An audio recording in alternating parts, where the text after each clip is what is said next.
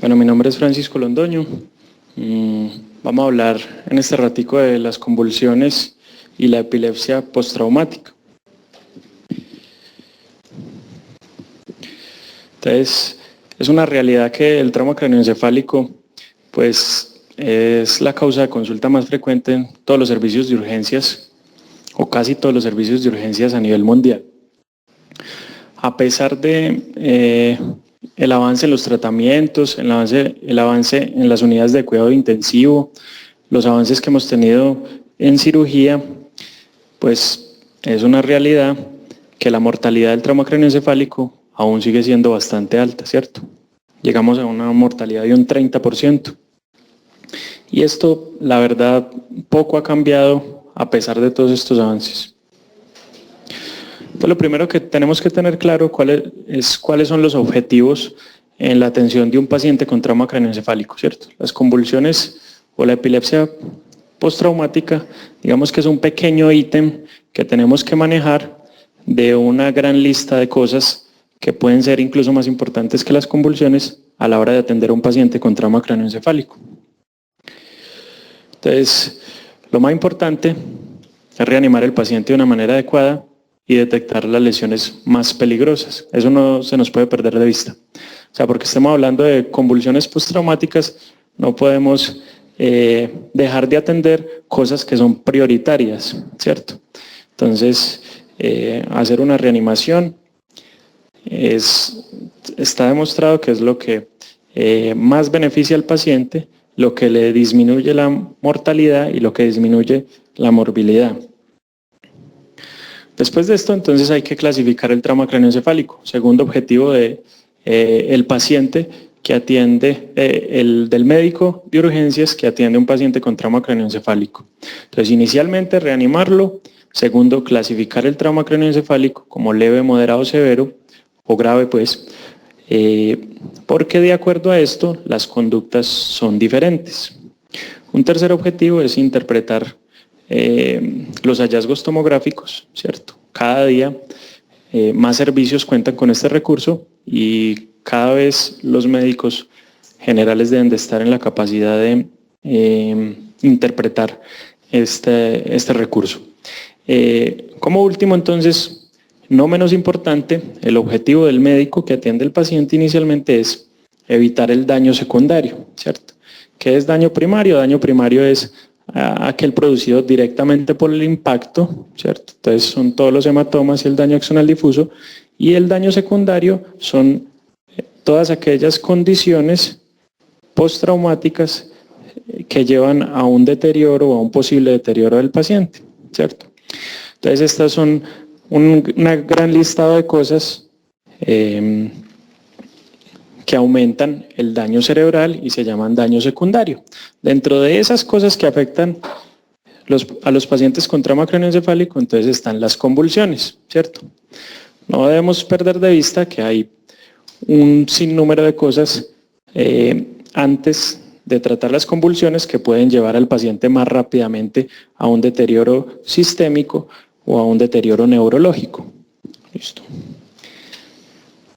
Entonces, las convulsiones postraumáticas se clasifican en inmediatas, las que se producen en las primeras 24 horas después del trauma craneoencefálico, tempranas entre las 24 horas y los 7 días y tardías luego de los 7 días.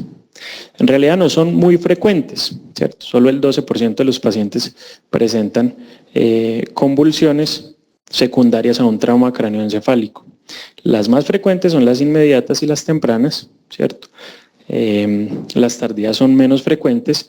El objetivo del médico que atiende a un paciente con trauma craneoencefálico y una convulsión postraumática inmediata no es evitar que le den convulsiones tardías. En otras palabras, el tratamiento de las convulsiones inmediatas o tempranas no previene convulsiones tardías. Generalmente las convulsiones inmediatas o tempranas son convulsiones tónico-clónicas generalizadas y las convulsiones tardías normalmente son focales. Hablamos de epilepsia postraumática en aquel paciente que tiene 2 o más convulsiones tardías que no tienen un desencadenante como la hipoglicemia o un trastorno hidroelectrolítico. ¿Listo? Y este ya es otra enfermedad con un enfoque un poco diferente que voy a tratar de aclararles. Entonces, al médico general le llega a urgencias un paciente que tuvo un trauma craneoencefálico. El paciente puede estar consciente, tuvo una convulsión. Entonces, el objetivo es ponerle medicamentos anticonvulsivantes para evitar que le den nuevas convulsiones. ¿Cuál es el medicamento recomendado más estudiado y que ha demostrado disminución en la recurrencia de las convulsiones o evitar la aparición de nuevas convulsiones? Es la fenitoína. La dosis es 15 a 20 miligramos por kilo, intravenoso. Viene ampollas de 250 miligramos. Debe pasarse en bolo, pero de manera lenta, o sea, es un bolo para media hora, y se debe diluir en solución salina, nunca en dextrosa.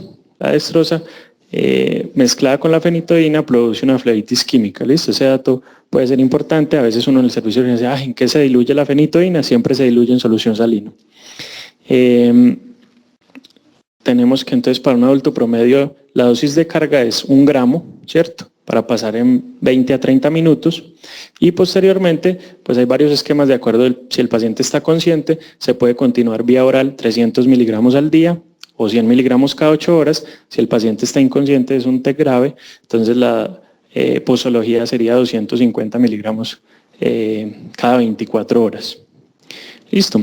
¿A qué paciente entonces se recomienda poner profilaxis para las convulsiones? O sea, paciente con TEC que no ha convulsionado. ¿Tiene indicaciones de anticonvulsivantes, sí o no? Entonces, sí tiene indicaciones de anticonvulsivantes todos los pacientes con TEC grave.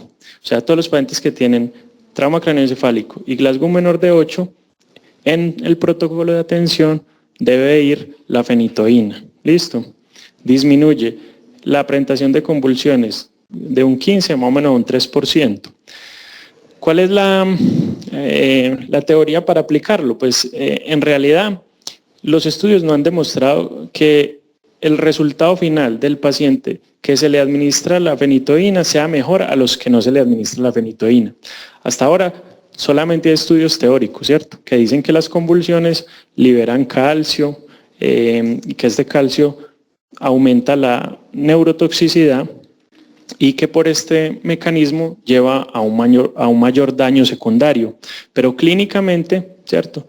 No se ha logrado demostrar que las convulsiones postraumáticas generen un peor resultado, un peor desenlace en las escalas de evaluación de los pacientes con trauma de cráneo.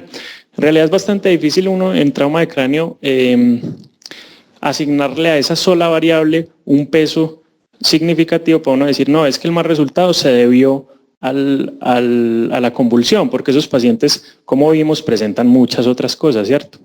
Traumas asociados, hipoxia, hipernatremia, alteraciones de la glicemia, etc. Entonces, pues eso no se ha podido demostrar, pero en las guías, digamos que de manejo de trauma craneoencefálico, entonces la indicación es paciente con TEC grave, todos, paciente con trauma de cráneo leve o moderado que tenga factores de riesgo. ¿Cuáles son los factores de riesgo? Los factores de riesgo son pacientes que tengan pérdida de conciencia mayor de 30 minutos, pacientes con lesiones intracerebrales, ¿cierto? Entonces, por eso la importancia de uno reconocer imágenes diagnósticas. Entonces, pacientes con hematomas subdurales, epidurales, intracerebrales o contusiones cerebrales tienen una indicación de ponerles profilaxis. ¿Cuánto tiempo se pone la profilaxis? Se pone 7 días. Después de 7 días se puede suspender. Listo. Ahora un poco de la epilepsia. Entonces, este es otro escenario en que se puede presentar el paciente con convulsiones post-TEC. Entonces, ese es el paciente que llega a su consultorio porque tuvo un trauma craneoencefálico leve, moderado, severo hace 1 año o 6 meses. La gran mayoría de estos pacientes presentan los primeros 2 años después del trauma de cráneo, pero no hay un tiempo límite. O sea que usted puede tener un TEC moderado y presentar una epilepsia post-TEC a los 10 años. Es perfectamente viable. Listo. El llamado entonces es a que usted no se debe quedar con ese paciente. Listo. Ese es un paciente que requiere estudios adicionales, porque hoy en día podemos tratar la epilepsia post-TEC, o la epilepsia post-TEC de varias maneras. Entonces, uno ve muy frecuentemente que, no, yo estoy con fenobarbital hace 10 años. Bueno, ¿y por qué no? Me lo puso el médico porque yo me pegué un golpe en la cabeza y después convulsioné. Estas convulsiones o esta epilepsia es más benigna que las otras epilepsias. Normalmente los pacientes presentan pocos episodios al año, 1 o 2 episodios. Es raro ver un paciente con una epilepsia post-TEC muy descontrolado. Entonces, primero, tiene indicación de imágenes, listo, tomografía, resonancia, ese que llega por consulta. Electroencefalograma se estudia como una epilepsia.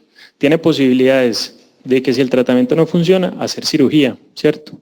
Entonces, no solamente los dejemos con la fenitoína, que hoy en día es lo más usado, sino que tratemos de enviarlos para hacerle los estudios adecuados y tener la probabilidad de curarle la epilepsia, que hoy en día se puede curar. Bueno, otra cosa muy importante es que si el paciente tiene un trauma de cráneo y presenta una convulsión, puede ser un trauma de cráneo leve, entonces es una de las indicaciones de tomografía, ¿cierto? Porque muchos de los pacientes con convulsión tienen lesiones intracerebrales. Entonces, paciente con TEC leve y episodio convulsivo, entonces si usted está en un nivel 1, no tiene el acceso a las imágenes, debe remitirlo para realizarle la imagen, ¿listo? Y si usted está observando un paciente con un TEC leve o un TEC moderado y presenta un episodio convulsivo, ¿cierto? También, y ya tiene tomografía, pues tiene indicación de repetirle la imagen, porque puede ser que le haya aumentado el edema cerebral o puede ser que haya aparecido un hematoma que en las primeras horas luego del TEC no se hubiese visto.